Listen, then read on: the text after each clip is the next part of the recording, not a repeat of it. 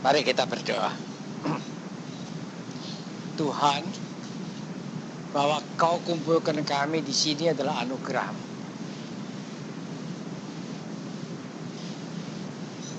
Sucikan kami dengan darah.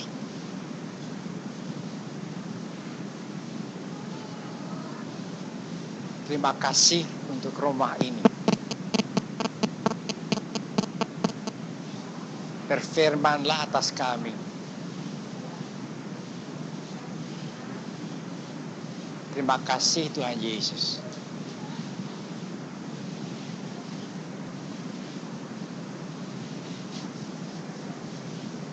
Kita minta firman Tuhan kepada kita.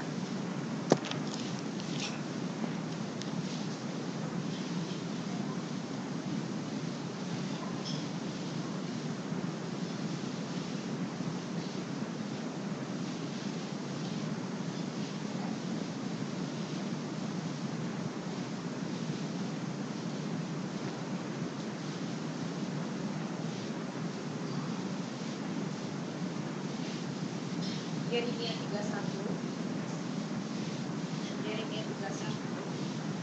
ayat 19 sampai 20. Sungguh sesudah aku berbaring aku menyesal, dan sesudah aku bertahun aku beribu. Aku menempuh hilang sebagai tanda berkabut. Aku merasa malu dan terhina, sebab aku menanggung air mata muda. Anak kesayangankah gerangan yang baik bagiku, atau anak kesukaan? Sebab setiap kali aku hati dia tak sungguh aku berkenan kepadanya. Sebab itu hatiku berkata terhadap dia, tidak dapat tidak aku akan melayani dia. Demikianlah firman Tuhan. Yeremia 31 ayat 19 sampai 20. Mazmur 7 ayat 11 dan 12. Mazmur 7 ayat 11 dan 12. Beritai bagiku adalah Allah yang menyelamatkan orang-orang yang beriman. Allah adalah hati yang adil dan Allah dan Allah yang berkata. Mazmur 7 ayat 11 dan 12.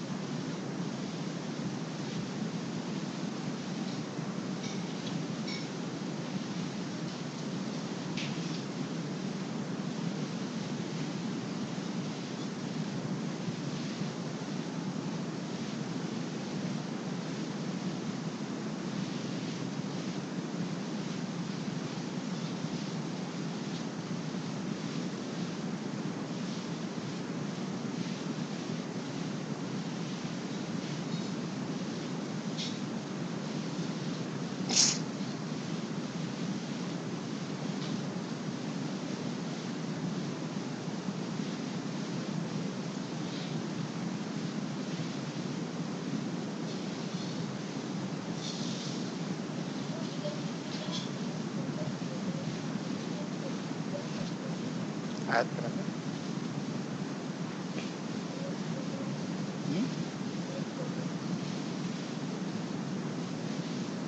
Siapakah orang yang menyesal hidup, yang menyakiti umur panjang,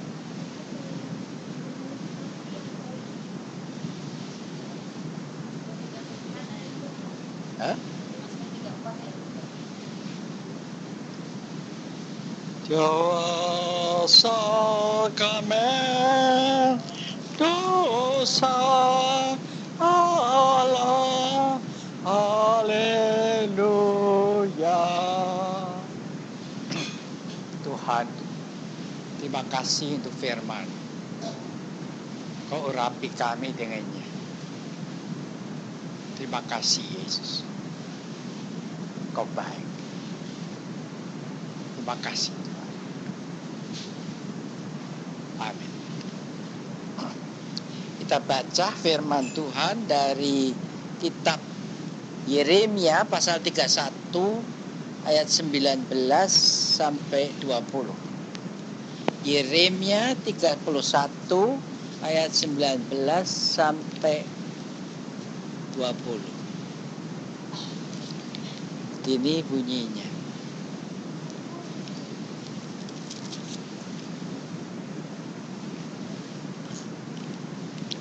Sungguh, sesudah aku berbalik, aku menyesal. Dan sesudah aku tak tahu akan diriku, aku menepuk pinggang sebagai tanda berkabung. Aku merasa malu dan bernoda sebab aku menanggung aib masa mudaku. Anak kesayangankah gerangan Efraim bagiku, atau anak kesukaan?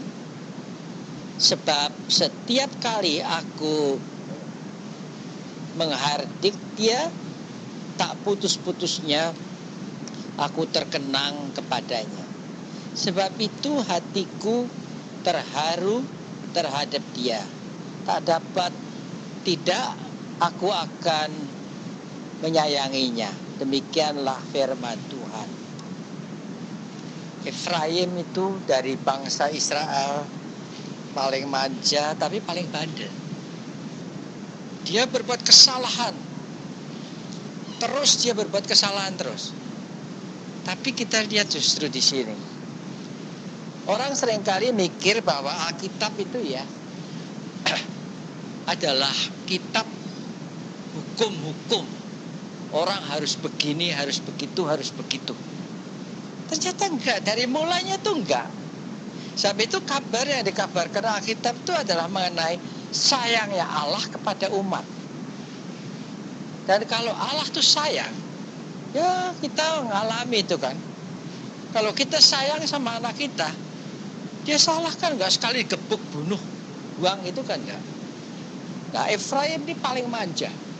Disayang dia tetap berbuat salah. Tapi Tuhan tetap sayang dia. Nah ini yang saya temukan. Agama-agama mana saja ngajarkan harus gini, harus gitu, harus gitu. Jadi orang kalau sudah berbuat salah, buang. Tapi Alkitab ini ngajarkan Allah, dia sayang. Dan tidak pernah dituntut apa-apa dari kita. Dia sayang, dia sayangi. Saya ngalami ya, bahwa kalau cara tuntutan harus gini, harus gitu, saya nggak mungkin bisa selamat. Tapi sampai sekali Allah itu menyayangi, dia terima. Memang sebetulnya tidak aneh ya, kalau sekarang saudara dapat menjadikan meja ini baru. Masa yang lama betul-betulin yang lama enggak kan? Bikin aja baru. Nah Allah, apa susahnya untuk betulkan kita? Dia nggak susah, dia katakan baru. Dia ampuni dosa kita, dia ampuni. Nah, dia nggak perlu nuntut harus jongkok, harus berdiri, harus apa, nggak perlu. Jadi kita lihat ini sebetulnya yang ada di Alkitab. Sebab itu namanya Injil. Injil itu artinya kabar kesukaan. Kita tuh paling seneng ya, kalau ada orang salah kita paling seneng tuh nuding, lu salah gitu. Alkitab enggak ada. Orang yang salah hapus salahnya.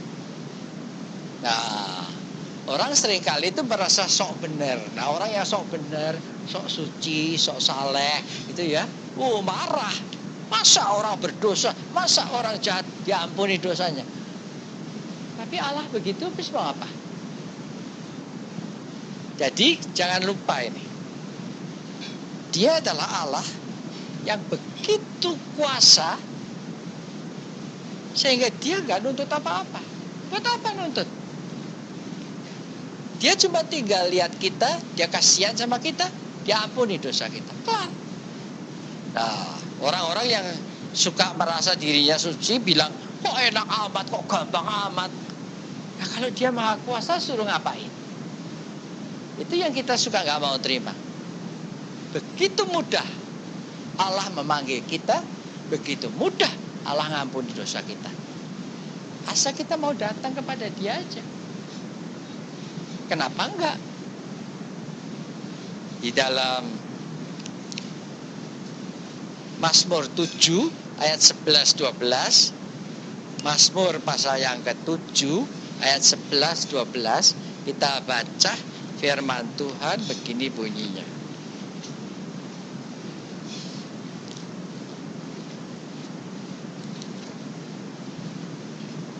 Mazmur pasal yang ke-7 ayat 11-12. Perisai bagiku adalah Allah, yang menyelamatkan orang-orang yang tulus hati. Allah adalah hakim yang adil, dan Allah yang murka setiap saat. Maha kuasanya Allah itu.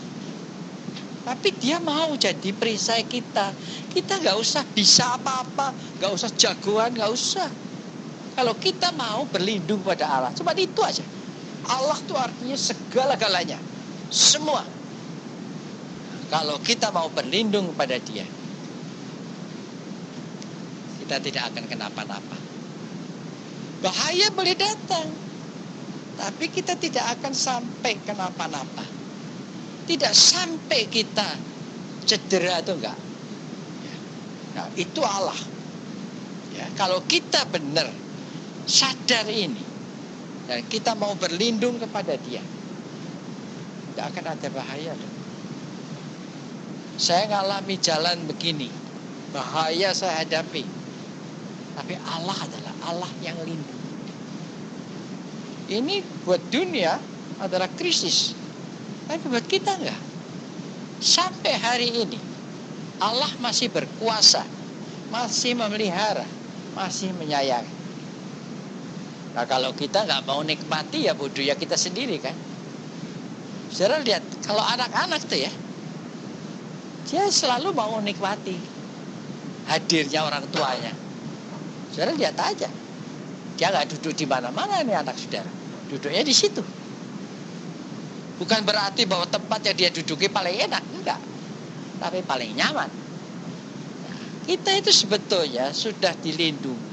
Tuhan sudah bayar untuk ini. Tidak ada agama lain. Semua mesti bayar kita.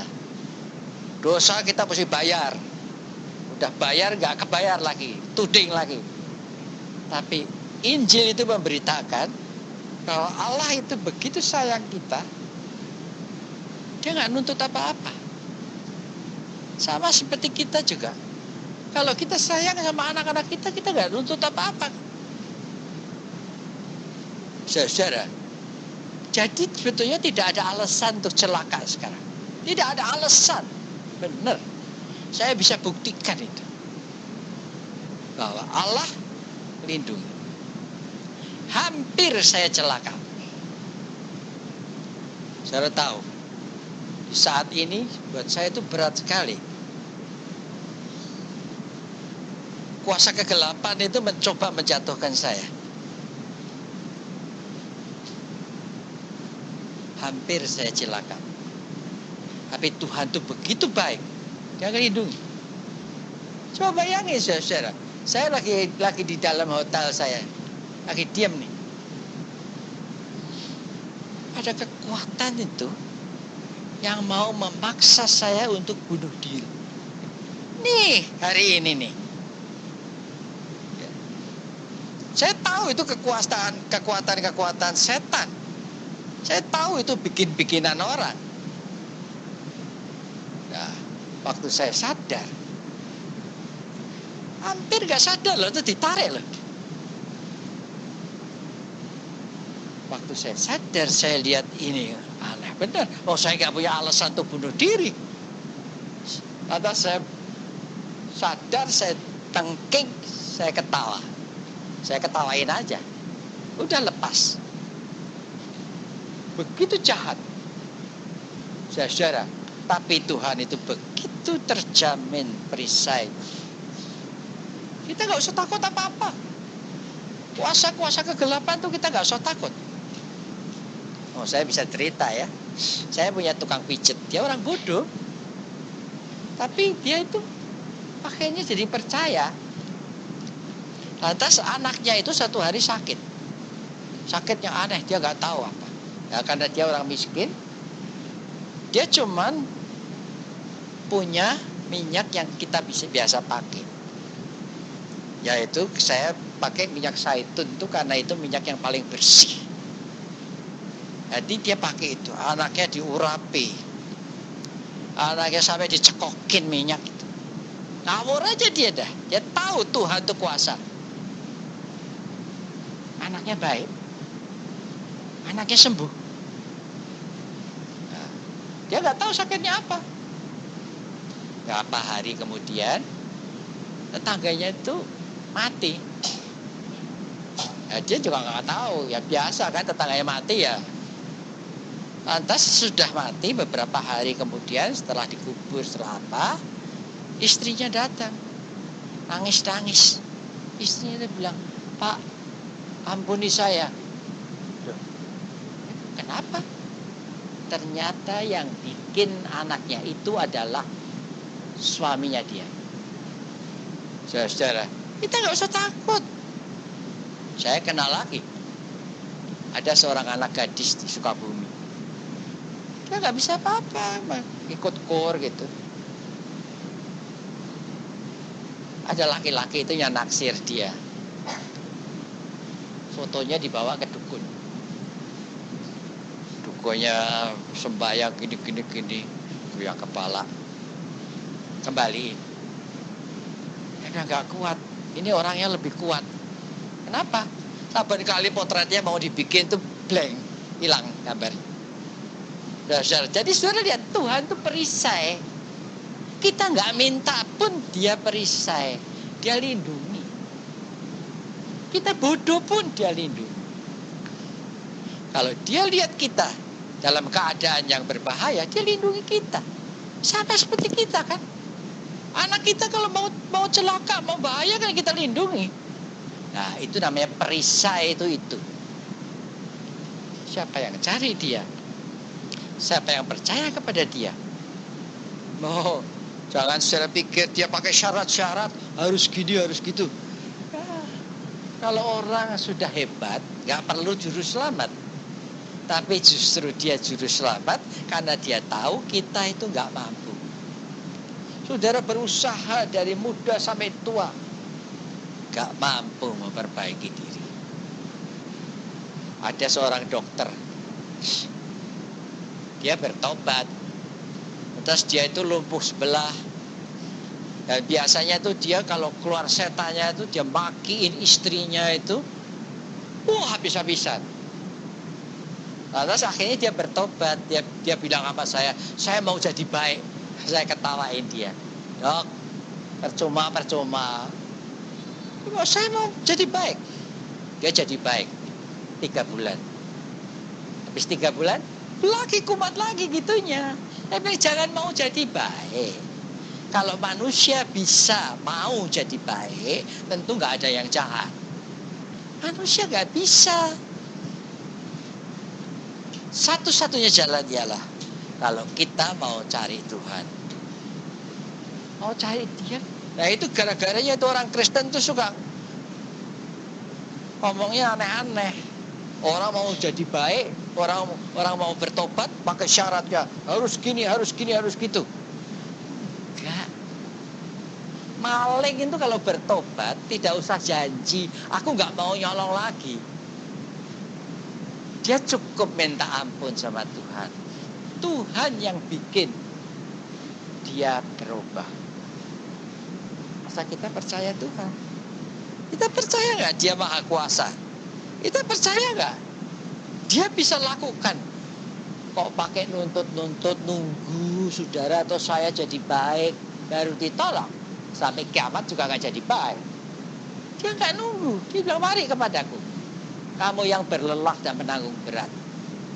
Sudah berlelah, utangnya masih banyak, udah gak kuat apa-apa. Mari dikatakan, "Aku akan memberi sentosa kepadamu." Dia adalah Allah yang memberi, bukan Allah yang nuntut-nuntut. Yang memberi. Oh apa? Kita dituntut apa bisa? Kalau semangat itu paling-paling 3 bulan. Ini jatuh lagi. Gak akan kita selamat. Coba lihat aja. Orang yang memberitakan Injil buat orang-orang yang baik-baik. Ini kan gak kuat lama. Sebab itu sampai kali mesti dibangun kebangunan rohani. Kayak kantong bocor diisi terus. Tapi Tuhan adalah perisai. Dia panggil, dia beri. Di dalam Mazmur 34 ayat yang ke-13. Mazmur 34 ayat yang ke-13, kita baca firman Tuhan begini bunyinya.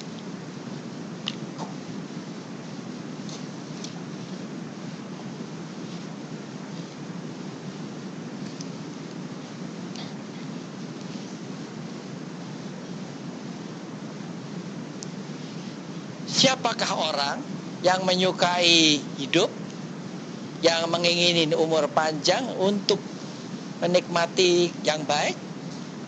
Nah, kalau kita mau, kita mesti berbuat apa? Jaga lidahmu terhadap orang jahat dan bibirmu terhadap ucapan-ucapan yang menipu. Jadi kalau kita mau menikmati hidup baik itu apa?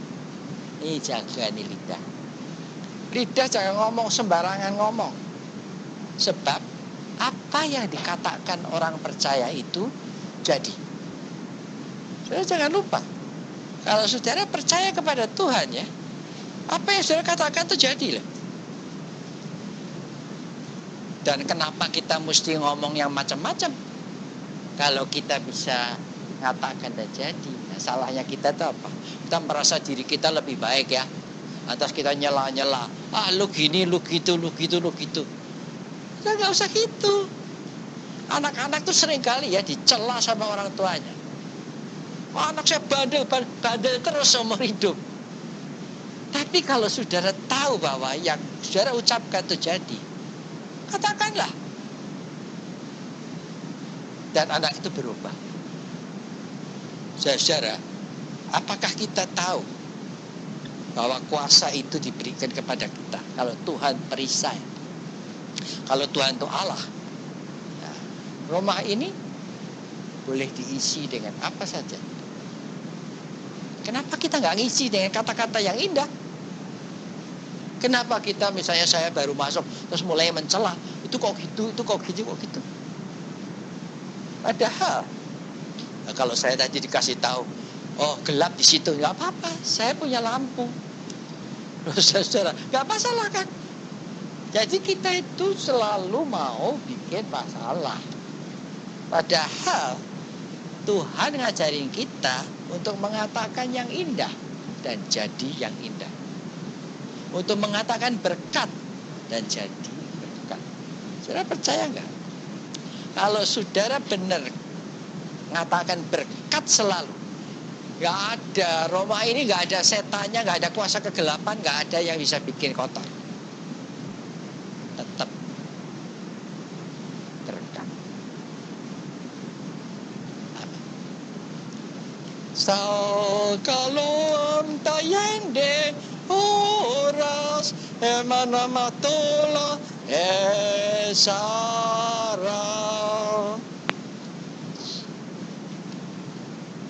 Ada kesempatan untuk berdoa.